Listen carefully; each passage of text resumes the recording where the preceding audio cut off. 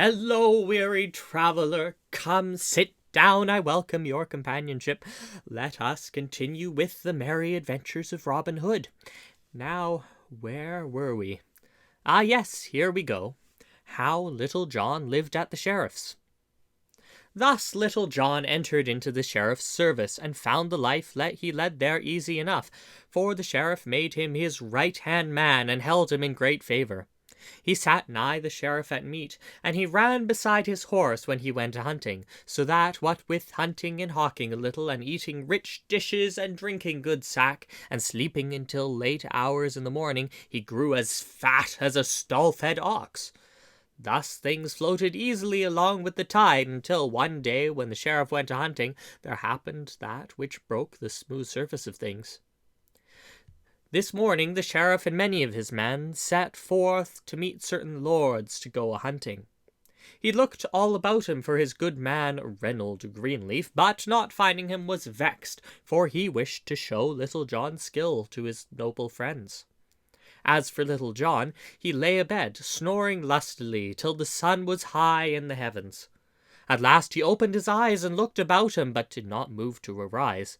Brightly shone the sun in at the window, and all the air was sweet with the scent of woodbine that hung in sprays along the wall without, for the cold winter was past, and spring was come again, and Little John lay still, thinking how sweet was everything on this fair morn. Just then he heard, faint and far away, a distant bugle note sounding thin and clear. The sound was small, but like a little pebble dropped into a glassy fountain, it broke all the smooth surface of his thoughts, until his whole soul was filled with disturbance.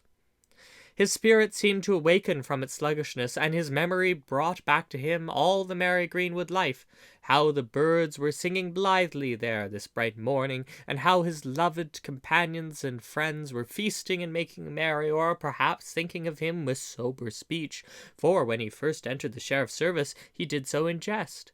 But the hearth-storm was warm during the winter, and the fare was full, and so he had abided putting off the day of his going back to Sherwood until 6 long months had passed.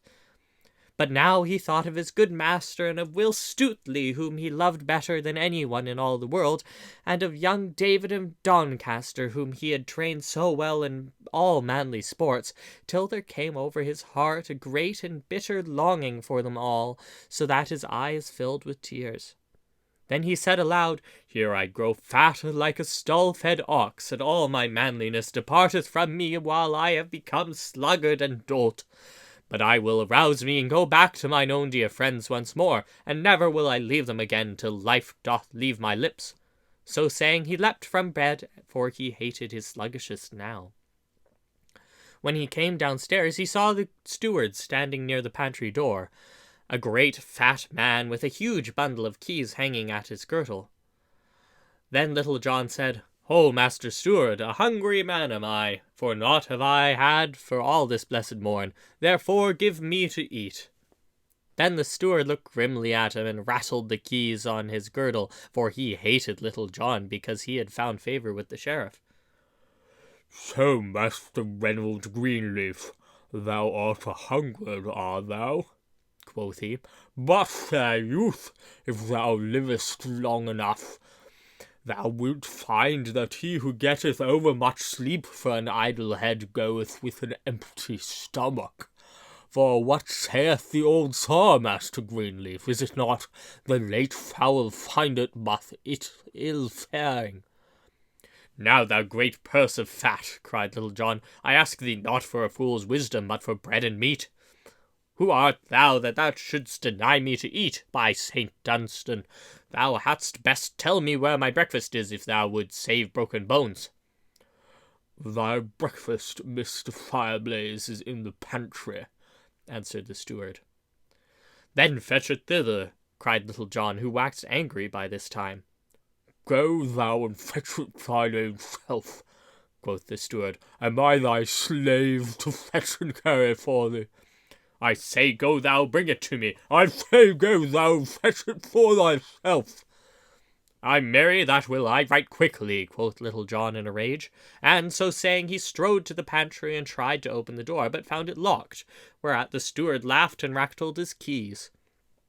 Then the wrath of Little John boiled over, and, lifting his clenched fist, he smote the pantry door, bursting out 3 panels and making so large an opening that he could easily stoop and walk through it. When the steward saw what had been done, he waxed mad with rage, and, as Little John stooped to look within the pantry, he seized him from behind by the nape of the neck, pinching him sorely and smiting him over the head with the keys until the yeoman's ears rang again. At this, Little John turned upon the steward and smote him such a buffet that the fat man fell on the floor and lay there as though he would never move again. "There," quoth Little John, "think well of that stroke, and never keep a good breakfast from a hungry man again." So saying, he crept into the pantry and looked about him to see if he would find something to appease his hunger. He saw a great venison pasty and 2 roasted capons, beside which was a platter of plover's eggs. Moreover, there was a flask of sack and one of canary, a sweet sight to a hungry man. These he took down from the shelves and placed upon a sideboard, and prepared to make himself merry. Now the cook in the kitchen across the courtyard heard the loud talking between Little John and the steward, and also the blow that Little John struck the other, so he came running across the court and up the stairway to where the steward's pantry was, while bearing in his hands the spit upon which the roast still upon it. Meanwhile, the steward had gathered his wits about him and risen to his feet, so that when the cook came to the steward's pantry, he saw him glowering through the broken door at Little John, who was making readily for a good repast, as one dog glowers at another that has a bone. When the steward saw the cook, he came to him, and, putting one arm over his shoulder, "Alas, sweet friend," quoth he, for the cook was a tall, stout man, "seest thou what that vile knave Reynold Greenleaf hath done? He hath broken in upon our master's goods, and hath smitten me a buffet upon the ear, so that I thought I was dead. Good cook, I love thee well, and thou shalt have a good bottle of our master's best wine every day, for thou art a good and faithful servant. Also, good cook, I have 10 shillings that I mean to give as a gift to thee. But hadst thou not see a vile upstart like this Reynold Greenleaf taking upon himself so bravely?" "Ay, marry, that do I," quoth the cook boldly, for he liked the steward because of his talk of the wine and of the 10 shillings. "Get thee gone straight away to thy room, and I will bring out this knave by his ears." So saying, he laid aside his spit and drew the sword that's hung by his side, whereupon the steward left as quickly as he could, for he hated the sight of naked steel. Then the cook walked straight away into the broken pantry door, through which he saw Little John tucking a napkin beneath his chin and preparing to make himself merry. "Why, how now, Reynold Greenleaf," said the cook, "thou art no better than a thief, I wot. Come thou straight forth, man, or I will carve thee as I would carve a suckling pig." "Nay, good cook, bear thyself more seemingly, or else I will come forth to thy dole. At most times I am as a yearling lamb, but when one cometh between me and my meat, I am a raging lion, as it were." "Lion or no lion," quoth the valorous cook, "come thou straight forth, else thou art a coward as heart as well as a knavish thief." "Ha!" cried Little John, "coward's name have I never had. So look to thyself, good cook, for I come forth straight the roaring lion I did speak of but now." Then he too drew his sword and came out of the pantry. Then, putting themselves into position, they came slowly together with grim and angry looks. But suddenly Little John lowered his point. "Hold, good cook," cried he. "Now I bethink me it were ill of us to fight with good victuals standing so nigh, and such a feast as would bereft 2 stout fellows as we are.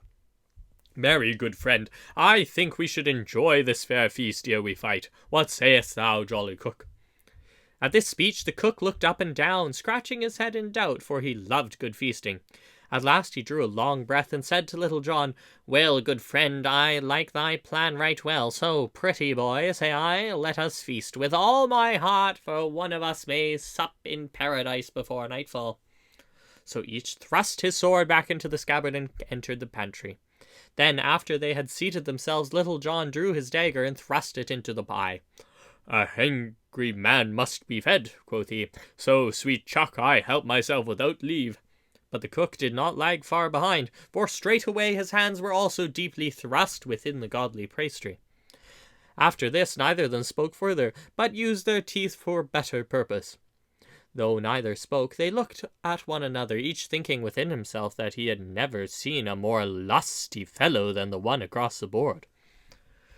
At last, after a long time had passed, the cook drew a full, deep breath as though of much regret, and wiped his hands upon the napkin, for he could eat no more. Little John also had enough, for he pushed the pastry aside, as if he would say, "I want thee no more, good friend." Then he took a pottle of sack, and said "Now, good fellow, I swear by all that is bright that thou art the stoutest companion at eating I have ever had. Lo, I drink thy health." So saying, he clapped the flask to his lips, and cast his eyes aloft, while the good wine flooded his throat. Then he passed the bottle to the cook, who also said, "Lo, I drink thy health, sweet fellow." Nor was he behind Little John in drinking any more than in eating. "Now," quoth Little John, "thy voice is right sound and sweet, jolly lad. I doubt thou not canst sing a ballad most blithely, canst thou not?" "Truly I have trolled one now and then," quoth the cook, "yet I would not sing alone." "Nay, truly," said Little John, "that were but ill courtesy. Strike up thy ditty, and I will afterwards sing one to match it, if I can." "So be it, pretty boy," quoth the cook. "And hast thou e'er heard the song of the deserted shepherdess?" "Truly I know not," answered Little John, "but sing thou, and let me hear." Then the cook took another draught of the pottle, and, clearing his throat, sang right sweetly. "In Lenten time, when leaves wax green, and pretty birds begin to mate, when lark-clots sing and thrush, I ween, and stock-dove coo with soon and late, fair Phyllis sat beside a stone, and thus I heard her make her moan, 'O willow, willow, willow, willow, I'll take thee to thy branches fair, and twine a wreath to deck my hair. The thrush hath taken him a she, the robin too, and eke the dove. My robin hath deserted me, and left me for another love. So here by brookside all alone, I sit me down and make my moan. O willow, willow, willow, willow, I'll take me to thy branches fair, and twine a wreath to deck my hair.' But near came herring from the sea, but good as he were in the tide. Young Cordian came o'er the lea, and sat him Phyllis down beside. So presently she changed her tone, and gan to cease her from her moan. 'O willow, willow, willow, willow, thou mayst e'en keep thy garlands fair, I want them not to deck my hair.'" "Now, by my faith," cried Little John, "that same is a right good song, and hath truth in it also." "Glad am I thou like a sweet lad," said the cook. "Now sing thou one also, for ne'er should a man be merry alone, or sing and list not." "Then I will sing thee a song of right good knight of Arthur's court, and how he cured his heart's wound without running upon the dart again, as did thy Phyllis, for I wot she did but cure one smart by giving herself another. So list thou while I sing. When Arthur king did rule this land, a goodly king was he, and had he of stout knights a band of merry company. Among them all, both great and small, that good stout knight was there, and lusty child, a neck a tall, that loved a lady fair. But naught would she to do with he, but turned her face away. So had he gone to far country, and left that lady gay. There all alone he made his moan, and eke did sob and sigh, and weep till it would move a stone, and he was like to die. But still his heart did feel the smart, and eke the dire distress, and rather grew his pain more sharp, as grew his bloody less. Then gat he back where was good sack and merry company, and soon did cease to cry alack, with blithe and gay was he. From which I hold and fearful bold to say and eke believe, that gin the belly go not cold, the heart will cease to grieve. "Now, by my faith," cried the cook, as he rattled the pottle against the sideboard, "I like that same song hugely, and eke the motive of it, for which lieth like a sweet kernel in a hazelnut." "Now thou art a man of shrewd options," quoth Little John, "and I love thee truly as thou wert my brother. And I love thee too, but the day draweth on, and I have my cooking to do ere our master cometh home. So let us e'en go and settle this brave fight we have in hand. Ay, marry, quoth Little John, and that right speedily. Never have I more laggard in fighting than in eating and drinking. So come thou straight forth into the passageway, where there is good room to swing a sword, and I will try to serve thee. Then they both stepped forth into the broad passage that led to the steward's pantry, where each man drew his sword again, and without more ado fell upon the other, as though he would hew his fellow limb from limb. Then their swords clashed upon each other with great din, and sparks flew from each blow in showers. So they fought up and down the hall for an hour or more, neither striking the other a blow, though anon they rested, panting.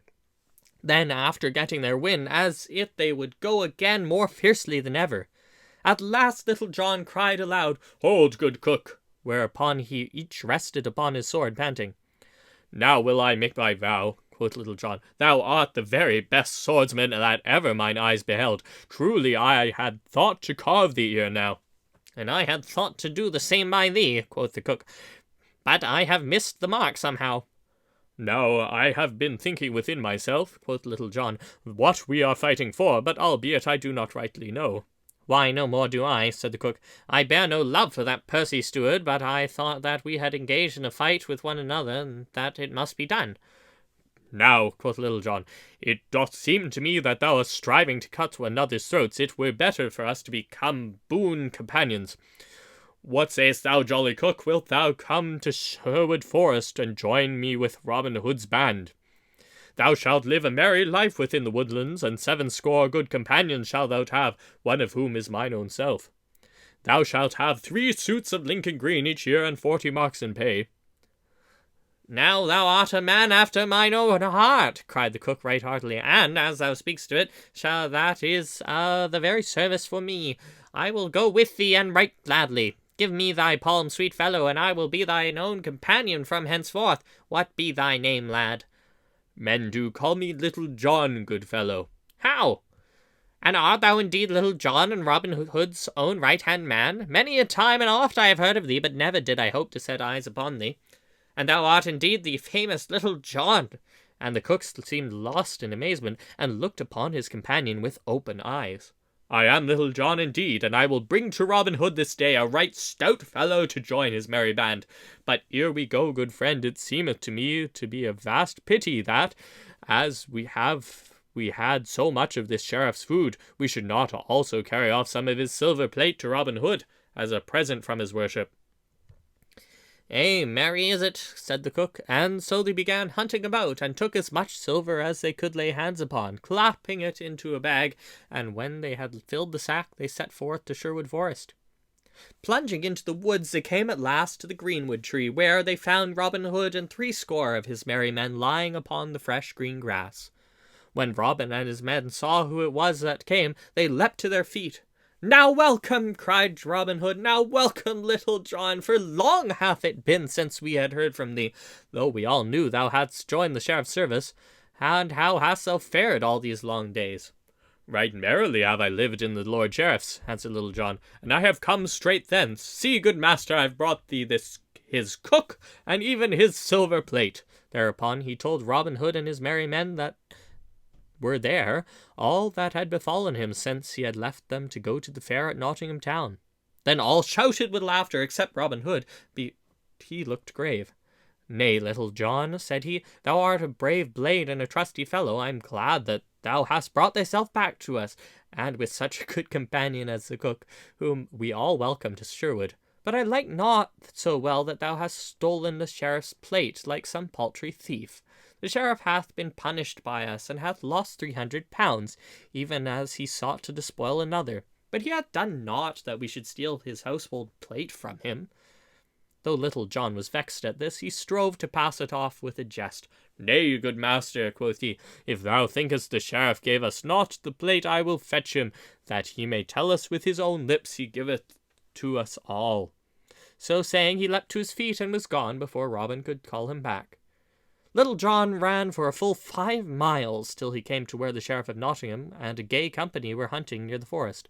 When Little John came to the Sheriff, he doffed his cap and bent his knee. God save thee, good master, quoth he. Why, Reynold Greenleaf, cried the Sheriff, whence comest thou, and where hast thou been? I have been in the forest, answered Little John, speaking amazedly, and there I saw a sight as ne'er before man's eyes beheld. Yonder I saw a young hart all in green from top to toe, and about him was a herd of 60 deer, and they too were all of green from head to foot. Yet I dared not shoot, good master, for fear lest they should slay me. Why, how now, Reynold Greenleaf, cried the Sheriff, art thou dreaming, or art thou mad, that thou dost bring me such a tale? Nay, I am not dreaming, nor am I mad, said Little John, and if thou wilt come with me, I will show thee this fair sight, for I have seen it with mine own eyes. But thou must come alone, good master, let the others frighten them, and they get away. So all the party rode forward, and Little John led them downward into the forest. Now, good master, quoth he at last, we are nigh where I saw the herd. Then the Sheriff descended from his horse and bade them wait for him until he should return, and Little John led him forward through a close copse until suddenly they came to a great open glade, at the end of which Robin Hood sat beneath a shade of a great oak tree, with all his merry men about him. See, good master Sheriff, quoth Little John, yonder is the hart of which I spake to thee. At this the Sheriff turned to Little John and said bitterly, Long ago I thought I remembered thy face, but now I know thee. Woe betide thee, Little John, for thou hast betrayed me this day. In the meantime Robin Hood had come to them. Now welcome, Master Sheriff, said he. Hast thou come today to make another feast with me? Nay, heaven forbid, said the Sheriff in tones of deep earnest. I care not for feast, and have no hunger for today. Nevertheless, quoth Robin, if thou hast no hunger, maybe thou hast thirst, and well I know thou wilt take a cup of sack with me. But I am grieved that thou wilt not feast with me, for thou couldst have victuals to thy liking, for here stands thy cook. Then he led the Sheriff willy-nilly to the seat he knew so well beneath the greenwood tree. Ho, lads, cried Robin, fill our good friend the Sheriff a right brimming cup of sack, and fetch it hither, for he is faint and weary. Then one of the band brought the Sheriff a cup of sack, bowing low as he handed it to him. But the Sheriff could not touch the wine, for he saw it served in one of his own silver flagons, on one of his own silver plates. How now, quoth Robin, dost thou like our new silver service? We have gotten a bag of it this day. So saying, he held up the sack of silver that Little John and the cook had brought with them. Then the Sheriff's heart was bitter within him, but not daring to say anything, he only gazed upon the ground. Robin looked keenly at him for a time before he spoke again. Then said he, Now, Master Sheriff, the last time thou came to Sherwood Forest thou didst come seeking to despoil a poor spendthrift, and thou wert despoiled thine own self. But now thou comes seeking to do no harm, nor do I know that thou hast despoiled any man. I take my tithes from fat priests and lordly squires, to help those they despoil and to raise up those they bow down. But I know not that thou hast tenants of thine own whom thou hast wronged in any way. Therefore take thou thine own again, nor will I dispossess thee of so much as 1 farthing. Come with me, and I will lead thee from the forest back to thine own party again. Then, slinging the bag upon his shoulder, he turned away, the Sheriff following him, all too perplexed in mind to speak. So they went forward until they came within a furlong of the spot where the Sheriff's companions were waiting for him. Then Robin Hood gave the sack of silver back to the Sheriff. Take thou thine own again, he said, and hearken to me, good Sheriff, take thou a piece of advice with it. Try thy servants well, ere thou dost engage them so readily. Then turning, he left the others standing bewildered with the sack in his hands. The company that waited for the Sheriff were all amazed to see him come out of the forest bearing a heavy sack upon his shoulders, but though they questioned him, he answered never a word, acting like one who walks in a dream. Without a word, he placed the bag across his nag's back, and then, mounting, rode away. All followed him, but all the time there was a great turmoil in the thoughts within his head, tumbling one over the other. And thus ends the merry tale of Little John and how he entered the Sheriff's service.